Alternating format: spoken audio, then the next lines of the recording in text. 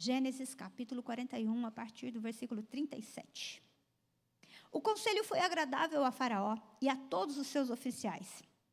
Disse Faraó aos seus oficiais: acharíamos, porventura, homem como este, em quem há o Espírito de Deus? Depois disse Faraó a José: visto que Deus te fez saber tudo isso, ninguém há tão ajuizado e sábio como tu. Administrarás a minha casa, e à tua palavra obedecerá todo o meu povo. Somente no trono eu serei maior do que tu. Disse mais Faraó a José: vês que te faço autoridade sobre toda a terra do Egito. Então tirou Faraó o seu anel de sinete da mão e o pôs na mão de José.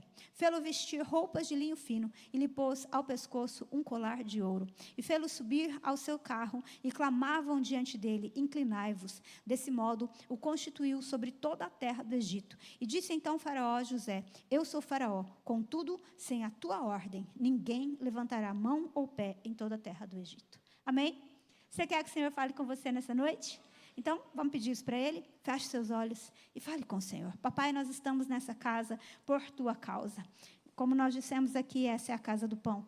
E, Senhor, só o Senhor pode dar esse pão. Só o Senhor pode dar o pão que alimenta o Espírito, a palavra que revelada vai gerar aquilo que nós precisamos, não apenas o que queremos, mas aquilo que o Senhor quer.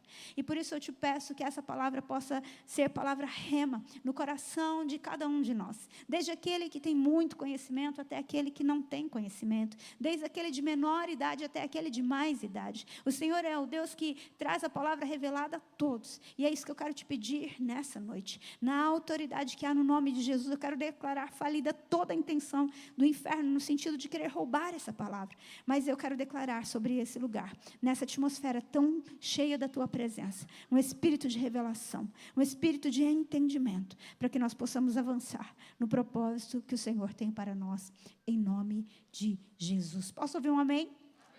Glória a Deus. Queridos, ler esse trecho das Escrituras é como ver o final de um filme. Né? Afinal de contas, para quem não conhece a história de José, e mesmo para você que conhece, né, apenas repassando, nós sabemos que José, ele era o filho preferido de Jacó, e então ele estava lá com o seu pai, sendo tratado com tanto carinho, e de repente, ele é enviado, né, sem a vontade dele, na verdade, ele é vendido como escravo para o Egito, e de filho preferido ele passa a ser escravo. E aí, então, nós vemos tanta coisa acontecendo na vida de José. Depois desse período de escravidão, ele vai para a casa né, de Potifar ali, ele vai naquele lugar e ele começa a governar as coisas, e de repente, a esposa daquele homem começa a querer flertar com José, e então José vai injustamente para a prisão.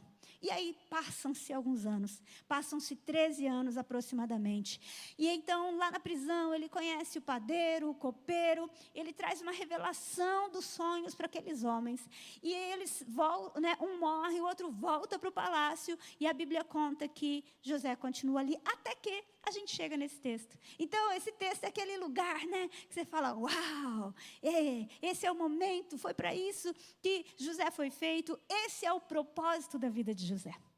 E eu comecei a falar sobre propósito na semana passada, e eu confesso para você que já estava no meu coração, né, de falar sobre, eu falei a semana passada sobre o maior propósito, e vai fazer muito sentido para você, se você ouvir essa ministração, está no nosso canal do YouTube, é só você olhar lá, e então já estava no meu coração de falar sobre o propósito individual. Acontece que estava eu hoje, lá, né, quando a gente vai pregar, a gente normalmente faz o quê? Deus, ele dá a ponta do novelo, né? Então, a gente puxa, ele dá uma palavra, a gente puxa e a gente vai descobrindo e aprendendo com o Senhor no caminho, né? E eu estava crente, que eu já sabia o que eu ia falar. Acontece que estava eu hoje à tarde, né? Colocando isso tudo no papel, e de repente o Senhor me explicou algo que até então eu não tinha entendido. E eu quero compartilhar com você. Que é o seguinte: o que é propósito? Como é que nós podemos descobrir o nosso propósito individual? Será que esse momento da vida de José é o momento que ele descobre o seu propósito? Afinal de contas, propósito significa razão. Qual é a razão de você estar nessa terra? E eu acredito que você também já tenha feito essa pergunta. E aí, pensando nisso, eu queria perguntar para você: será que José só viveu o seu propósito a partir do momento em que ele se tornou governador? Porque você para pensar comigo. Então, José passou 13 anos da sua vida sem viver, 30 anos da sua vida sem viver o seu propósito? Será que Daniel passou todo o tempo da sua vida até o momento em que ele é levado como um dos principais sem viver o seu propósito? Será que Jesus viveu 30 anos da sua vida para depois começar a servir? E então, só a partir de então, ele viveu o seu propósito? E aí, queridos, o Senhor falou algo muito sério que eu quero compartilhar ao seu coração. O Senhor me disse algo que eu preciso dizer para você que, na verdade, não. O problema é que nós estamos confundindo propósito com missão. Quando nós olhamos para a vida de uma pessoa, nós achamos que aquilo que aquela pessoa faz, no ápice, quando ela chega em algo que revela essa pessoa, algo que projeta essa pessoa, ela está vivendo o seu propósito. Mas propósito, na verdade, é a razão de algo ser criado. Então, você já perguntou para o Senhor por que você foi criado? Será que eu e você fomos criados para fazer algo? Será que José foi criado para ser governador? Pois é, na verdade não.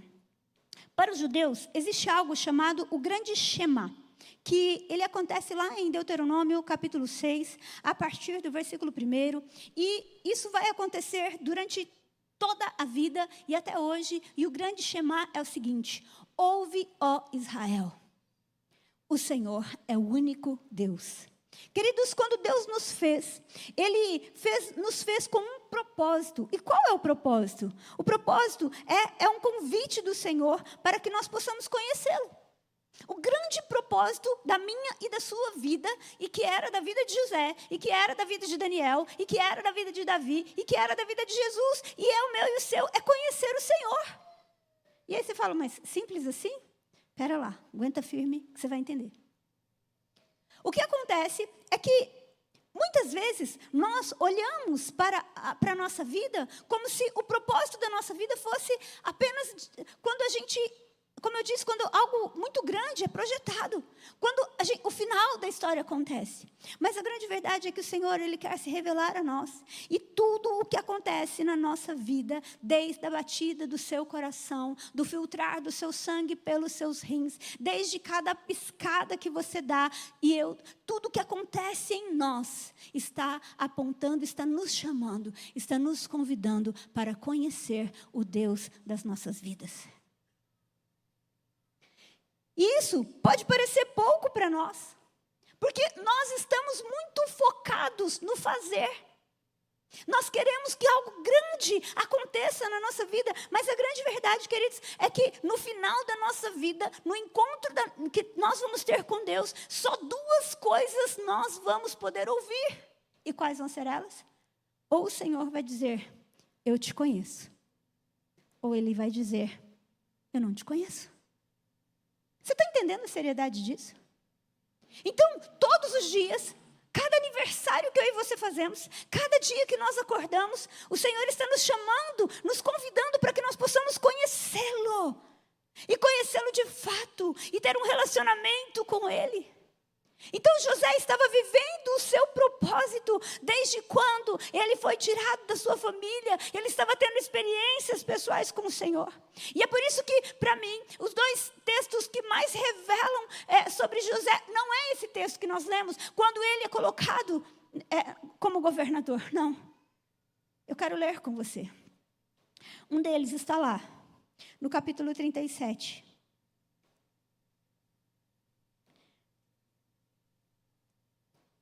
Perdão, 39, 21.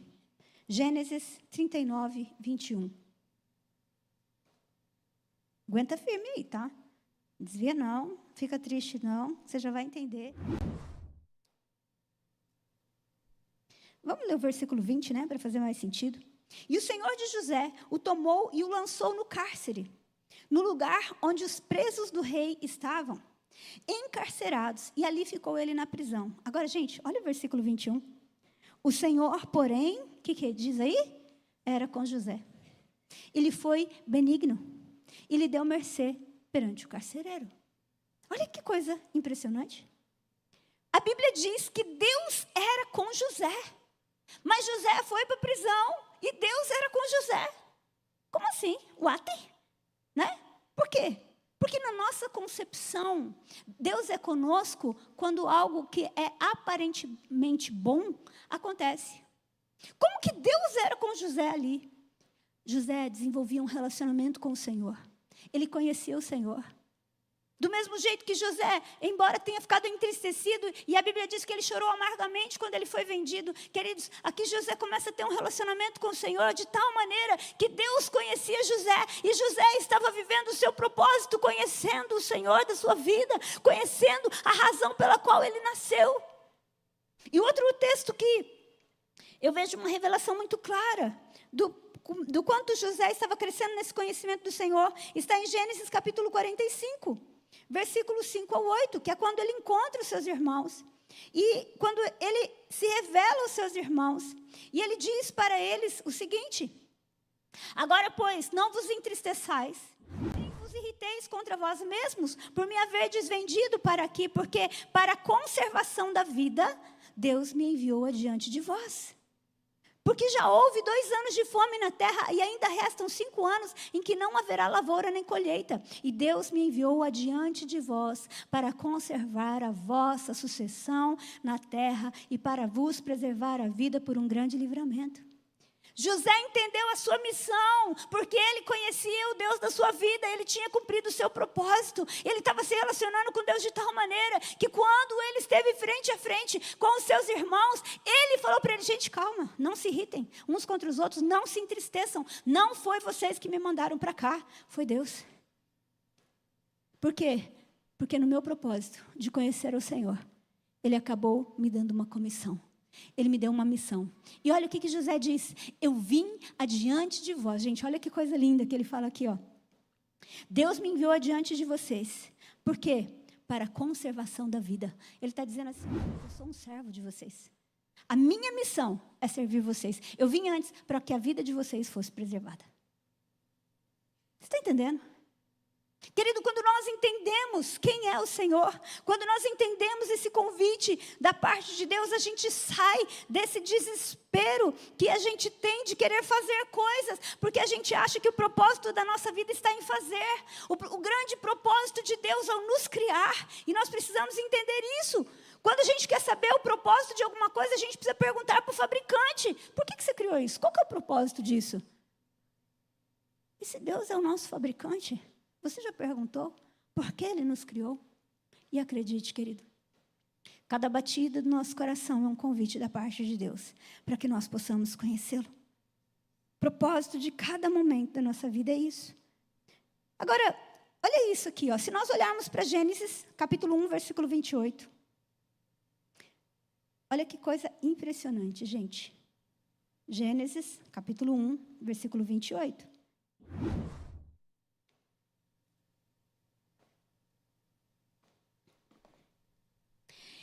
É o momento da criação do homem e da mulher. E nós vamos ler um versículo antes, né? Diz assim, ó: criou Deus, pois, o homem à sua imagem, a imagem de Deus os criou, homem e mulher os criou. E aí sim, o versículo 18 diz assim: Deus os abençoou e lhes disse: sede fecundos, multiplicai-vos, enchei a terra e sujeitai-a, dominai sobre os peixes do mar, sobre as aves do céu e sobre todo animal que rasteja pela terra. Olha o que Deus está falando aqui. Deus está dizendo para o homem que ele está sendo criado. Deus está abençoando o homem e está falando: agora vai lá. Eu estou te dando uma missão. Qual que é essa missão? Dominar a terra. Sim ou não?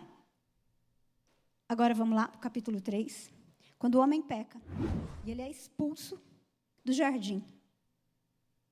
A Bíblia diz, Gênesis capítulo 3, versículo 23. Gênesis capítulo 3, versículo 23. Eu não sei como está na sua versão, na minha diz assim, ó: o Senhor Deus, por isso, o lançou fora do jardim do Éden, a fim de lavrar a terra de que fora tomado. Ô, gente, sabe o que significa a palavra lavrar? Tornar servo. Para que Deus fez o homem mesmo? Qual foi a missão que Deus deu? Qual foi o verbo? Dominar. Repete comigo: dominar. Dominar é governo. Quando o homem peca, E ele sai da presença do Senhor, do relacionamento que ele tinha com Deus. E ele é expulso do jardim, ele vai lavrar a terra. Ele se torna servo. Lavrar significa, vem de uma palavra que significa estar subordinado. Sabe o que acontece? Quando você perde o seu propósito, você se torna escravo da sua missão.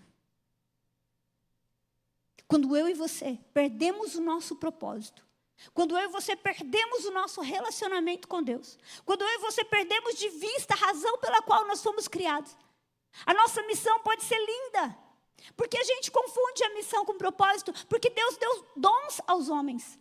Porque Deus, na sua infinita misericórdia, Ele nos enche de dons e então a gente acha que a gente nasceu para fazer, para realizar. Agora, quando nós olhamos para as parábolas de Jesus, quando nós vemos Jesus falando das 10 virgens, nós estamos falando de 10 noivas, nós estamos falando de 10 que estavam com o cântaro. A Bíblia diz que quando chegam as sábias, elas entram e elas se encontram com o noivo, mas quando chegam as 5 nécias que não tinham azeite o suficiente, ele fala: eu não sei quem são vocês, eu não vos conheço. Atos capítulo 19, eu não vou ler por uma questão de tempo, conta sobre o momento em que alguns exorcistas, vendo aquilo que Paulo fazia, chegam e querem expulsar um demônio. Demônios. E esses demônios, os demônios dizem para os filhos de Cefa, porque eles dizem assim: em nome de Jesus, o qual Paulo prega, eu vos esconjuro. Então os demônios dizem para aqueles exorcistas. Ah não, gente, vamos ler, né? Atos capítulo 19. Tem que ler, né? Não dá. Olha isso.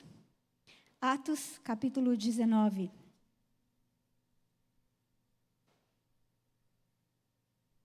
Deixa eu só achar o versículo aqui.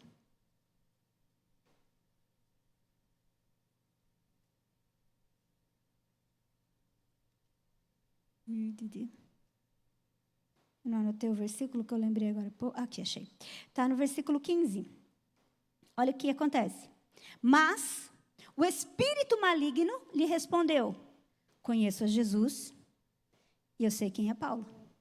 Mas vocês, quem são? E o possesso do espírito maligno saltou sobre eles, subjugando a todos, e de tal modo prevaleceu contra eles, que destruídos e feridos fugiram daquela casa. O grande propósito da nossa vida está em conhecer ao Senhor e sermos conhecidos dEle, inclusive no reino espiritual. Ou nós somos conhecidos, ou nós não somos conhecidos. E não é o nosso fazer, não é o nosso dom. E por isso que quando nós voltamos para a história, como a história de José, como a história de Daniel, de Davi, nós vamos ver que esses homens não viveram os seus propósitos por causa do seu serviço. Eles foram chamados para o serviço porque descobriram o seu propósito. E por por causa disso, Deus não tem pressa. Quando Deus encontrou Davi, Davi já era um adorador. Quando Deus precisou de alguém quando Saul precisou de alguém para que o demônio fosse expulso, Davi já foi encontrado. Antes de Davi derrotar o gigante, Golias, ele já derrotava outros gigantes através da adoração. Ele era conhecido no céu. Ele conhecia o Deus da sua adoração. Ele conhecia o Senhor, querido. 2 Crônicas, capítulo 16, versículo 9, diz assim: porque quanto ao Senhor, seus olhos passam por toda a terra para mostrar-se forte para com aquele cujo coração é totalmente dele. Entende isso? Deus, Ele pode fazer qualquer coisa comigo e com você. Deus pode fazer qualquer coisa. A palavra do Senhor diz que o Senhor, Ele pega o pobre, Ele levanta o pobre do pó e o faz assentar entre os príncipes do seu povo. Meu irmão, Deus pode colocar você em qualquer lugar. E eu creio que há um desejo no coração de Deus em comissionar e levantar homens e mulheres para serem grandes empresários, para serem grandes governadores, grandes políticos. Mas antes de Deus comissionar grandes homens e mulheres, o Senhor nos chama para esse propósito. Ele procura homens e mulheres cujo olhar, cujo coração está nele. Quando a gente entende isso, a gente volta para o básico. Qual é o básico? O básico é conhecer o Senhor. Aquele que gloriar, glorie-se nisso, diz o Senhor, em me conhecer diz o Senhor. Pastora, mas isso é básico. Pois é, talvez a gente tenha que voltar para o básico.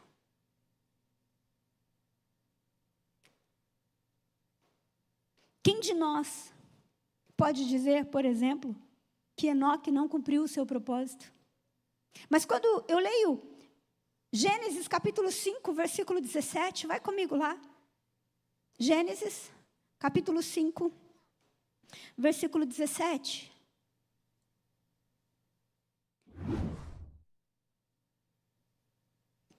Versículo 19, desculpa. Diz assim, ó. Depois que gerou Enoque, viveu Jared 800 anos, teve filhos e filhas. Todos os dias de Jared foram 962 anos e morreu. Enoque viveu 65 anos e gerou a Metusalém. Andou Enoque com Deus. E depois que gerou a Metusalém, viveu 300 anos, teve filhos e filhas. E todos os dias de Enoque foram 365 anos. Andou Enoque com Deus e já não era, porque Deus o tomou para si. O que Enoque fez? Não sei. Não está escrito. Uma coisa eu sei, ele andou com Deus. Uma coisa eu sei, Deus conhecia Enoque e Enoque conhecia Deus. Enoque cumpriu o seu propósito sem fazer nada daquilo que nós achamos que é propósito. Enoque alcançou o favor e o coração de Deus. Enoque atraiu o céu, atraiu o olhar e atraiu o coração de Deus, porque ele entendeu o propósito. E quando nós olhamos para pessoas como essas, quando nós olhamos para Elias, quando nós olhamos para 1 Reis, capítulo 17, vamos lá comigo, Elias, 1 Reis, capítulo 17. Versículo 1.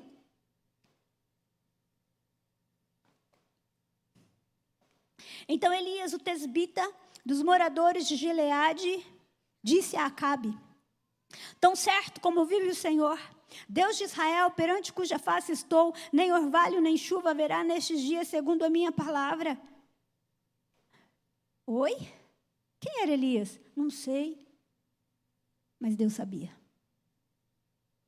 De quem ele era filho? Não sei. O que ele fazia? Não sei. O que eu sei é que este profeta chega em uma nação e ele diz: tão certo como vive o Senhor, vai acontecer algo, perante cuja face estou, nem orvalho, nem chuva haverá nesses anos, segundo a minha palavra. Elias estava na presença do Senhor, perante cuja face eu estou. E a Bíblia diz que foi exatamente o que aconteceu. E você sabe tudo o que aconteceu nesse texto. Meu irmão, esse é o grande propósito que vai trazer completude para a nossa vida. Nós estamos confundindo propósito com missão. Estamos confundindo o propósito da nossa existência com os nossos dons, com o trabalho, com realização. E tudo isso é válido, até porque nós temos uma missão. Vai ser natural, a partir do momento que eu tenho uma vida com o Senhor, a partir do momento que eu desfruto do meu propósito de conhecê-lo, eu vou ser comissionado. Agora, quando eu resolvo ser comissionado, quando eu resolvo fazer algo com os meus dons, sem antes ouvir o que o Senhor quer que eu faça, sem antes entender para que o Senhor, onde o Senhor quer que eu esteja, acredite, eu vou me tornar servo da missão. Eu vou me tornar escravo daquilo que era para eu exercer como um domínio, como um governo. E a missão, o trabalho só vai fazer sentido na nossa vida, só vai trazer respostas para a nossa vida, só vai trazer completude se ela estiver alinhada com isso, com o propósito. Agora eu te pergunto, quanto tempo nós temos passado a sós com o Senhor para conhecer, para ouvir o seu coração e para entender o que é que Ele quer que nós façamos? Acredite, nem tudo que é bom para você. Nem tudo que é bom para os outros é bom para você. O nosso serviço sem relacionamento com Deus nos torna escravos. E é por isso que, mesmo ministerialmente, nós vemos pessoas tão cansadas do ministério. Por quê? Será que você está fazendo aquilo que o Senhor pediu para você fazer? E é por isso também que muitas vezes nós nos perdemos no propósito. Porque nós somos chamados em primeiro lugar para nos relacionar. Quando eu olho para Jesus, sabe o que eu vejo? Jesus falando assim: eu só faço aquilo que eu vejo o meu Pai fazer. Mas ele era Jesus. Ele veio para essa terra para isso. Mas ele não fazia nada. Jesus não curou todas as pessoas. Jesus não pregou em todas as cidades. Ele fez da sua missão uma consequência do seu relacionamento com o Pai. Agora tem uma coisa. Quando Deus encontra um homem e uma mulher que tem relacionamento com Ele, Ele comissiona. E queridos, não existe nada mais poderoso nessa terra do que um homem e uma mulher que dizem sim para o chamado de Deus por causa do seu relacionamento com Ele. E é por isso que o diabo tem trabalhado para nos tirar do propósito de conhecer o Senhor. E muitas vezes ele deseja que a gente também não caminhe, não cumpra a nossa missão. Porque se nós não estivermos vivendo o nosso propósito, nós não vamos estar alinhados com a nossa missão. Porque acredite, aquilo que Deus tem para mim é diferente do que Deus tem para você. E aquilo que Deus tem para você é diferente do que tem para mim. Alguns dias atrás, eu vi uma charge muito interessante. Mas essa charge tinha um macaquinho e uma girafa. O macaquinho estava numa montanha, como se fosse aqui, e a girafa estava na água. E o macaquinho perguntava para a girafa: está fundo aí? Ela falou: dá no meu pescoço. A água no pescoço da girafa é uma coisa. E o que vai acontecer com o macaco? Queridos, nós precisamos parar para ouvir o Senhor. Está na hora da gente parar para olhar nos olhos dele de novo. Está na hora da gente entender que a nossa prioridade nessa vida está em ter o nosso coração alinhado com Ele. E então, eu preciso dizer algo para você. As trevas, elas não se assustam com homens e mulheres que fazem coisas, que falam coisas. As trevas, elas se assustam e elas param quando elas se deparam com homens e mulheres que estão fazendo aquilo que foram comissionados por causa do seu propósito. Foram comissionados por Deus, ouviram a Deus e estão fazendo isso. Eu lembro que uma vez eu estava lendo sobre isso, sobre oração. E nesse livro que eu estava lendo, tinha uma pessoa que falou que conheceu um colega de, acho que Russell Shedd. E aí, esse colega estava contando que um dia ele pediu para o Russell Shedd, falou assim: eu posso orar com você? Ele falou: pode. Então, o Russell Shedd ficou 1 hora prostrado na presença do Senhor, sem falar nada. E ele ficou esperando. Como é que vai ser, né? Como que esse homem ora, né? Ele ficou 1 hora em silêncio. Ele levantou. Antes de levantar, ele falou: amém, Senhor. Levantou. Queridos, a gente vai para a presença do Senhor com uma lista de compras. Senhor, por causa disso, abençoa isso, faz aquilo. Em que momento que nós vamos ouvi-lo? Como que nós vamos ser comissionados? Como nós vamos conhecê-lo? Você tem um porquê. Eu tenho um porquê de estar nessa geração. Isso é fato. Mas quando eu conheço o Senhor da minha vida, acredite, eu vou transbordar isso de tal maneira. Eu estava lendo esses dias a biografia de Charles Finney e eu fiquei muito impressionada. Porque aquele homem, gente, ele ganhou 100.000 almas para Jesus, sem internet, sem redes sociais. A história conta que alguns lugares onde ele passou, nos Estados Unidos, no lugar onde ele pregou, durante 6 anos, todos os espetáculos foram suspensos, porque as pessoas não queriam ir ver espetáculos. As pessoas queriam ir orar, por causa do ministério dele.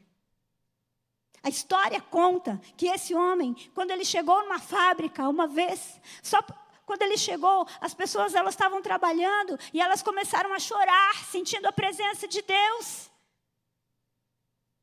Porque esse homem tinha tempo com Deus. Acredite. O Senhor está nos chamando para olhar para Ele. Esse é o propósito da minha e da sua existência. Pastora, mas eu fui chamado para ser médico. Glória a Deus. Agora, experimente ouvir o Senhor da sua vida. Dedicar a sua vida para conhecer o Senhor. E exercer a sua missão de médico. Acredite, essa geração vai ser impactada e vai olhar para Ele. Você e eu não podemos imaginar. Queridos, basta um agir de Deus.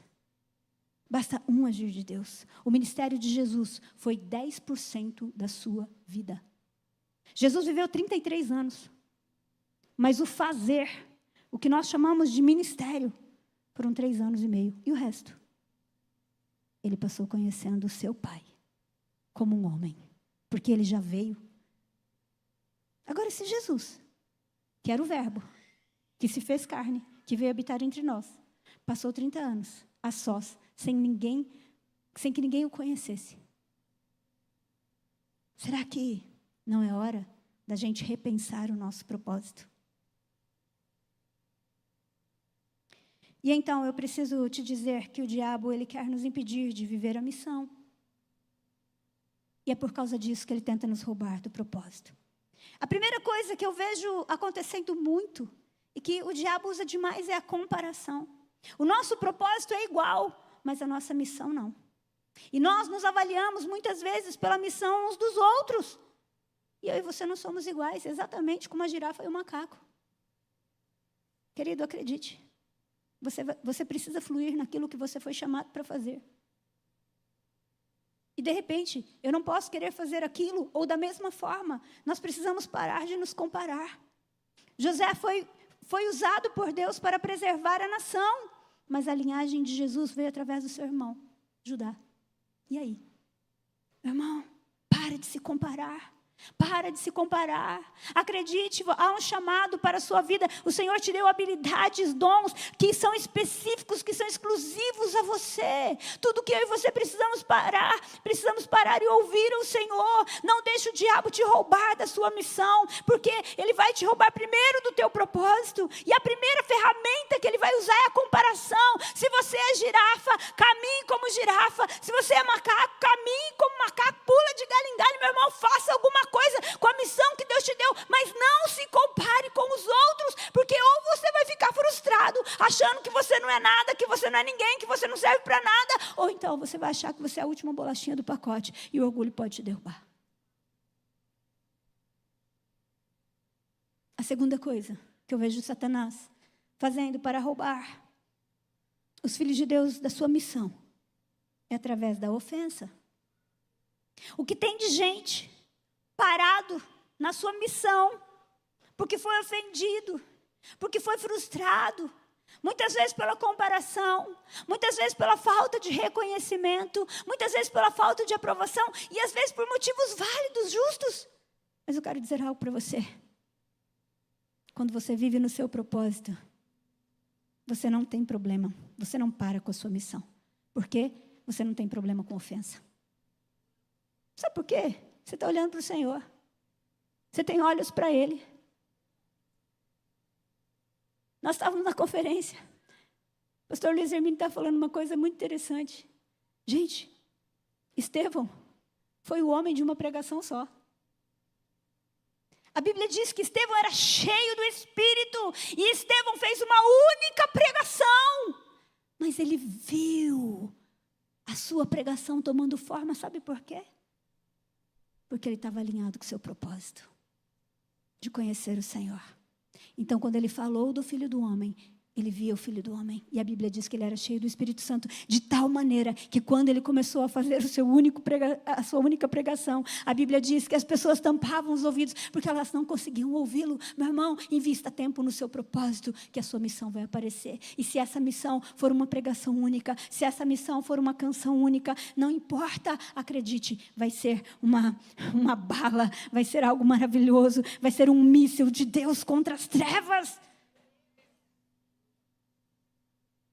Você imagina o que vai acontecer Quando nós todos resolvemos voltar, repensar o nosso propósito. E ao invés de nós sairmos querendo fazer coisas, brigar por fazer coisas, voltamos todos para o lugar secreto. E começamos, Senhor, ao invés de nós jejuarmos pedindo algo, um trabalho novo, nós vamos falar, Senhor, eu quero te conhecer. Senhor, eu quero te conhecer. Jesus, eu quero te conhecer. Senhor, cura os meus olhos. Eu preciso te ver. Queridos, eu tenho orado por isso. Eu tenho dito, Senhor, eu acho que eu não sei orar muito bem. Me ensina a orar. Me ensina a orar. Me ensina, Senhor. Queridos, algo que Deus quer fazer, nós precisamos perguntar para Ele. A terra é do Senhor, a igreja é do Senhor. Acredite, quando nós estamos tendo olhos para Ele, nós vamos ter ouvidos para Ele. E as outras vozes vão perder espaço. Sejam vozes para nos acusar, sejam vozes para nos roubar de qualquer coisa. O nosso propósito é em conhecer o Senhor. E a terceira coisa que eu vejo o diabo fazendo muito, para que a missão dos filhos de Deus seja impedida, ele vem tentando tirar os nossos olhos do Senhor. Jesus disse, eu só faço o que eu vejo o meu Pai fazer. Agora, eu pergunto uma coisa para você. Para que Jesus visse o Pai fazer algo, ele olhava para o Pai. Ele tinha tempo para ver o Pai. Quando foi a última vez que nós paramos para olhar para Ele, para contemplar a Ele, sem pedir nada? Sim. Quando foi a última vez que você aquietou o seu coração?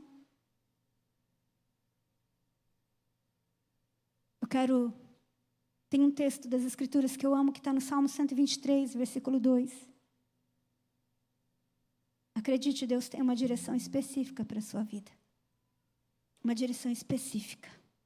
Salmo 123. Eu amo esse texto. Eu acho ele muito intimista. Ele diz assim, ó. Vou esperar você abrir. Salmo 123, versículo 2.